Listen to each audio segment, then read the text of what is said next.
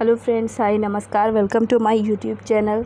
दोस्तों, आप सभी का मैं बहुत बहुत स्वागत करती हूं। और आज मैं जो वीडियो लेके आई हूं वो हमारा डबल सर्कुलेशन और ब्लड के बारे में यहाँ पर डिटेल में आज हम स्टडी करने वाले हैं। तो दोस्तों, ये हमारी transportation in human being class 10th की ये थर्ड वीडियो है, जो कि फर्स्ट वीडियो और सेकेंड वीडियो आपने देखी होगी। अगर नहीं देखी होगी तो आप हमारे यूट्यूब चैनल पर जाकर वहाँ पर सर्च करके देख सकते हैं। तो दोस्तों, आइए बात करते हैं डबल सर्कुलेशन। क्या होता है डबल सर्कुलेशन, सबसे पहले ये जानेंगे।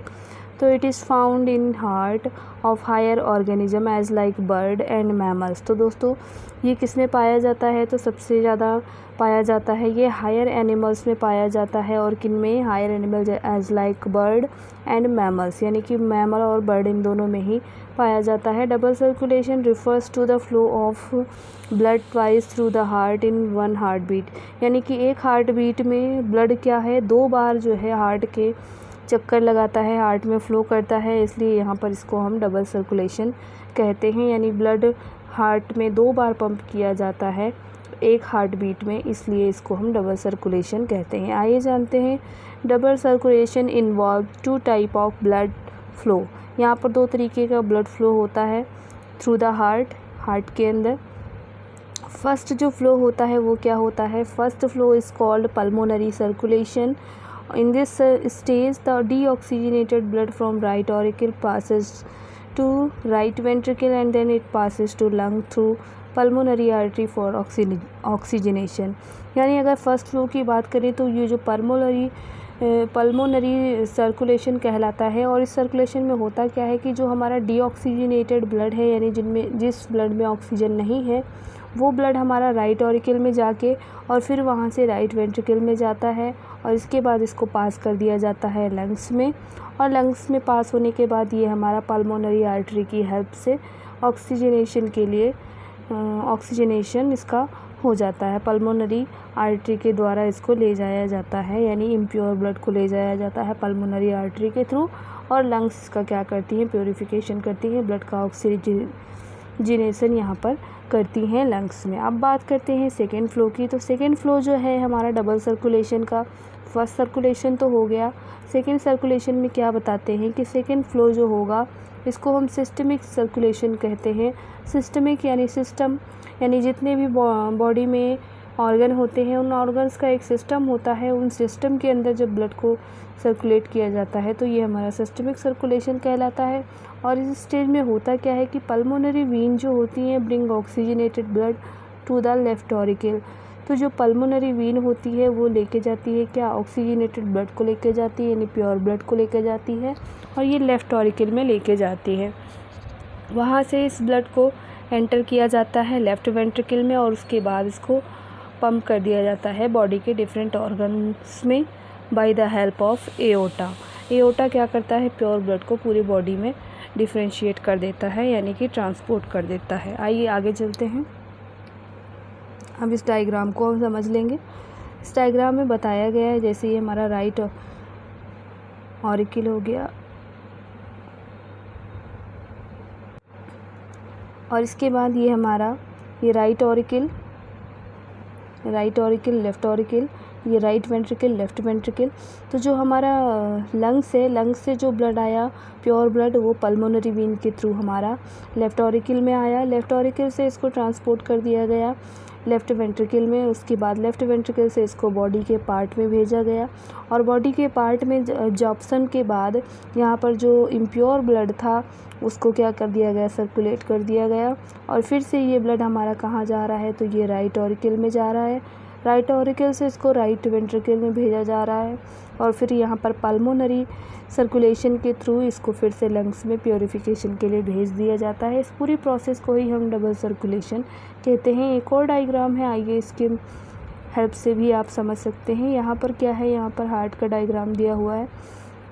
बात करते हैं तो ये हमारा लेफ़्ट ऑरिकल है, ये हमारा लेफ़्ट वेंट्रिकल है। सेम थिंग है, सेम जो वहाँ पर आपको डायग्रामेटिक समझाया गया था, यहाँ पर हार्ट का डायग्राम के साथ आपको इसको बताया गया है। ये हमारा राइट ऑरिकल है। तो जो इम्प्योर ब्लड है, जो प्योर ब्लड है वो हमारा लंग से ऑक्सीजनेटेड होके ये यहाँ तक आया। ये हमारा लेफ़्ट ऑरिकल में आया, लेफ़्ट ऑरिकल से फिर ये लेफ़्ट वेंट्रिकल में आया, लेफ़्ट वेंट्रिकल से इसको ट्रांसपोर्ट कर दिया गया एओर्टा के थ्रू पूरे बॉडी ऑर्गन में, और ये जो है बॉडी ऑर्गन से एब्जॉर्ब किया गया। इसके बाद इसको भेजा गया कहाँ पर, तो ये भेजा गया राइट ऑरिकल में, राइट ऑरिकल से ये राइट वेंट्रिकल के अंदर गया, और यहाँ से फिर इस ब्लड को क्या किया जाता है, ये भी पल्मोनरी आर्टरी के थ्रू इसको लंग्स में भेज दिया जाता है प्योरीफिकेशन के लिए। तो उम्मीद करती हूँ डायग्राम के थ्रू आपको ये समझ में आ गया होगा। अब बात करते हैं circulation of blood in lower vertebrate. जो लोअर वर्टिब्रेट है उनमें सर्कुलेशन कैसे होता है, तो आइए जानते हैं।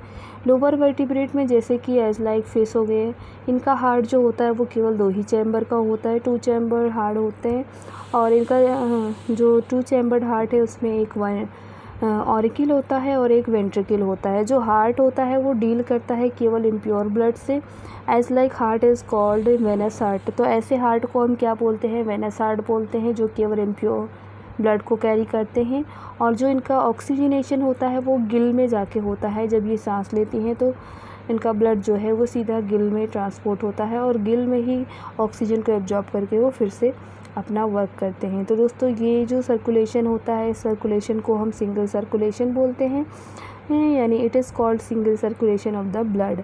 बात करते हैं एम्फीबिया की, तो एम्फीबियंस जो होते हैं या इनके अलावा जो वो बहुत सारे रेप्टाइल्स होते हैं, उनमें हार्ट कैसे होता है, तो उनमें जो हार्ट होता है द हार्ट इज़ 3 चैम्बर्ड। तो यहाँ पर जो हार्ट है वो हमारा 3 चैम्बर्ड हार्ट है। नेक्स्ट बात करते हैं, it has 2 auricle and 1 ventricle, यानी ये 3 चैम्बर्ड हार्ट है उसमें क्या है, 2 ऑरिकल होते हैं, 1 वेंट्रिकल होता है।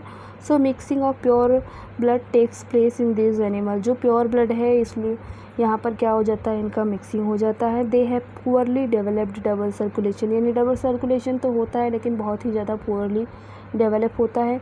यहाँ डायग्राम में देखिए, ये जो डायग्राम बना है ये फिश का डायग्राम बना है, जहाँ पर एक वेंट्रिकल है, एक ऑरिकल है, और यहाँ बात करते हैं ये 3 चैम्बर्ड हार्ट है, ये 2 चैम्बर्ड हार्ट है।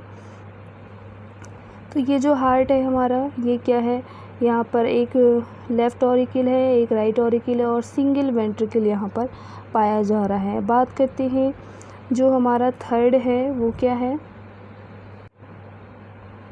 और बात करते हैं अगर 4 चैम्बर हार्ट की, तो ये हमारा क्या है कि यहाँ पर ये एम्फीबिया की बात थी, यहाँ रेप्टाइल्स की बात कर लेते हैं। तो यहाँ 3 चैम्बर्ड हार्ट है, लेकिन यहाँ पर आप देख रहे हैं प्योर जो ब्लड है इसका यहाँ पर मिक्सिंग हो जा रहा है, तो ये प्योरली जो है डबल सर्कुलेशन यहाँ पर नहीं हो रहा है। ये ह्यूमन हार्ट है, और यहाँ पर आप देख रहे हैं चारों डिवाइडेड हैं, इसलिए यहाँ पर प्योर सर्कुलेशन हो रहा है। तो ये 4 हार्ट हैं, 4 ग्रुप के बारे में यहाँ पर डिस्कस कर लिया हमने। आगे आइए अब चलते हैं, पढ़ लेते हैं ब्लड प्रेशर क्या होता है। तो ब्लड प्रेशर के बारे में जानेंगे। On the heart pressure is generated by the blood.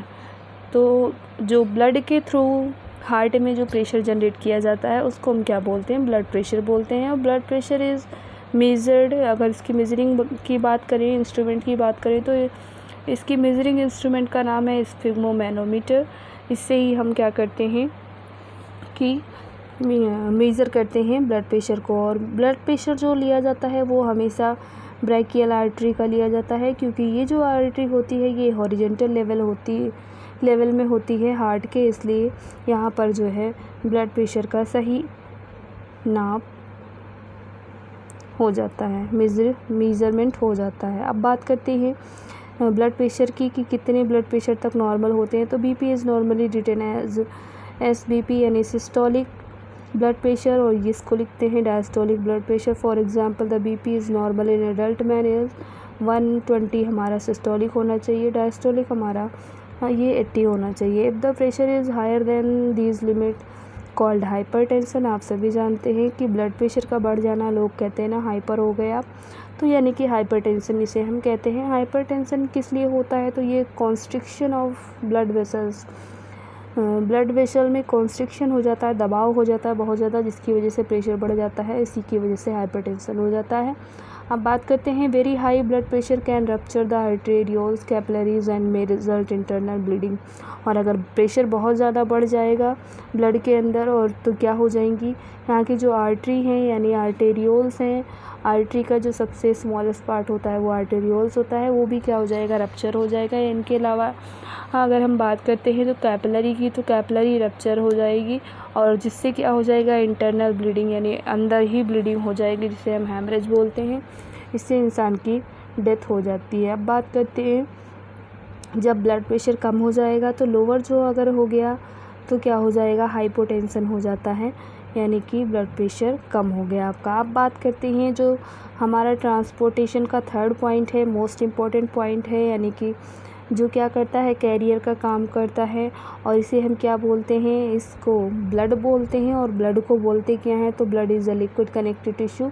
ये क्या करता है, कनेक्ट करता है सभी बॉडी ऑर्गन्स को और विच flow through out the body, और ये क्या करता है, पूरी बॉडी में फ़्लो करता है। अगर एडल्ट की बात करें तो 5 से 5.5 लीटर तक की ब्लड इनमें पाया जाता है।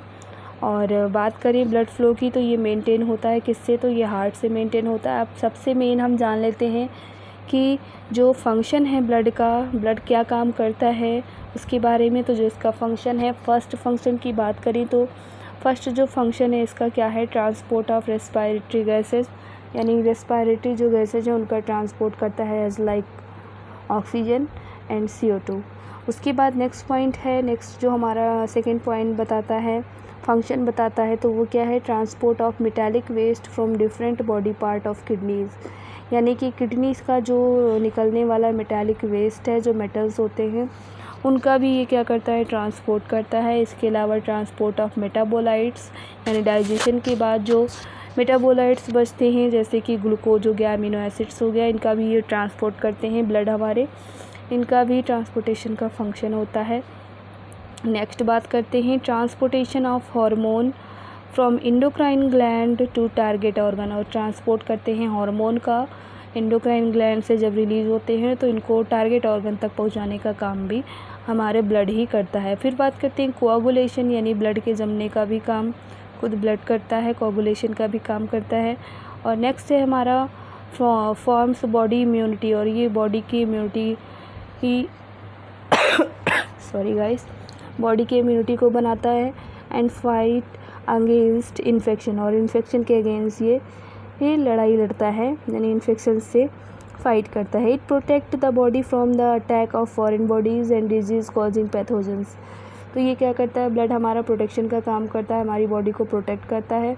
फॉरेन मतलब बाहर से आए हुए जो हमारे क्या होंगे, जो अटैकर्स होंगे, अटैकर एनिमल हो गया या फिर जो हमारा क्या हो गया, पैरासाइट हो गया, पैथोजेंस हो गए, इन सभी से हमारी ही रक्षा करता है, हमें इम्यूनिटी प्रदान करता है। नेक्स्ट बात करते हैं, अगला जो इम्पोर्टेंट पॉइंट है वो क्या है, distributes energy and heat and thereby control body temperature, और ये क्या करता है, डिस्ट्रीब्यूशन करता है एनर्जी का और हीट का, और इसकी वजह से बॉडी का टेम्परेचर जो है वो कंट्रोल होता है। हेल्प करता है किसमें, वुंड हीलिंग में, यानी घाव के भरने में हेल्प करता है।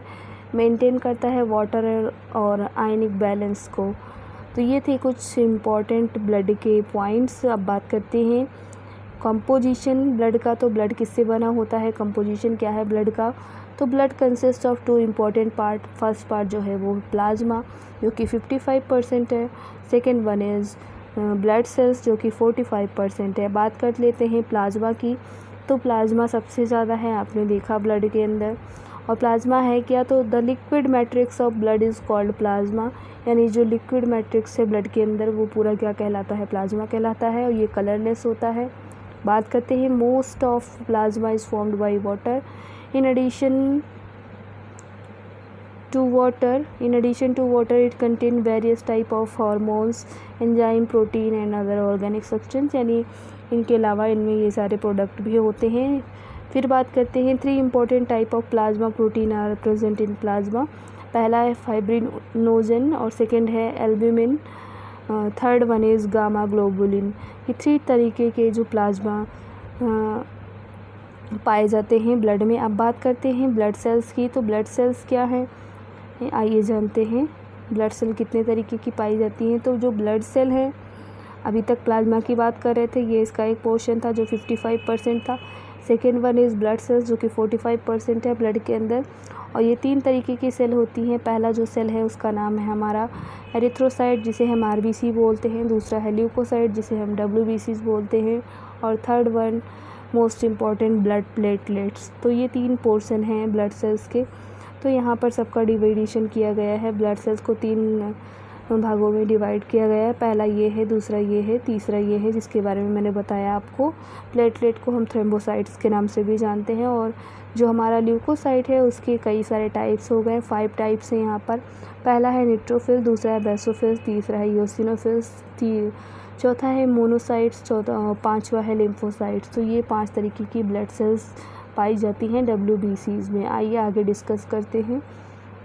एरिथ्रोसाइट्स क्या होती हैं? तो डब्ल्यूबीसीज को हम आरबीसीज को हम एरिथ्रोसाइट्स बोलते हैं। These are very small disc shaped biconcave cells. तो ये क्या होती हैं? बाइकॉनकेव होती हैं। इनके अंदर न्यूक्लियस नहीं होता और दूसरे सेल ऑर्गेनेल्स भी नहीं होते। ये रेड कलर की होती हैं क्योंकि इनके अंदर क्योंकि ये क्या कंटेन करती हैं? ब्लड का पिगमेंट कंटेन करती हैं जिसे हम हीमोग्लोबिन के नाम से जानते हैं। हीमोग्लोबिन के अंदर रेस्पिरेटरी पिगमेंट प्रेजेंट होता है और जो कि इसे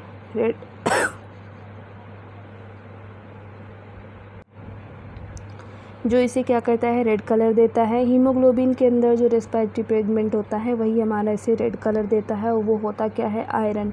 आयरन की वजह से ही हमारा हीमोग्लोबिन रेड होता है। आरबीसी की बात करें तो RBCs have a life span of, यानी कितने दिन तक ये रहती हैं? तो लगभग 120 दिन की इनकी आयु होती है। और नॉर्मल आरबीसी काउंट अगर एक ह्यूमन की बात करें तो ये लगभग 5 मिलियन होती है। 5 मिलियन पर mm की पावर 3 ऑफ ब्लड, यानी इतना इनका काउंट होता है। और अगर बात करें आरबीसी की संख्या अगर कम हो जाती है, count is called in fall. अगर आरबीसीज की संख्या कम हो जाती है तो हमें क्या हो जाता है? ब्लड की कमी, यानी हम इसे क्या बोलते हैं? एनीमिया, यानी हमें क्या हो गई है? ब्लड की कमी हो गई है। और इंक्रीज़ इन आरबीसीज काउंट, अगर आपको ज़्यादा हो गई है आरबीसीज की काउंट तो इसे पॉलीसीथीमिया बोलते हैं। यानी ये दोनों क्या है? एक तरह की बीमारी हैं। हम बात करते हैं ल्यूकोसाइट्स की। ल्यूकोसाइट हमारी क्या है? तो इनको हम डब्ल्यूबीसी बोलते हैं। WBC's white blood cells are lesser in number than RBC. ये आरबीसी बहुत कम होती हैं और इनका जो नॉर्मल काउंट होगा वो हमारा 8000 पर mm³ होगा ब्लड का। अब बात करें अगर इसका नंबर फॉल हो जाता है, WBC's कम हो जाती हैं तो ल्यूकोपीनिया हो जाता है।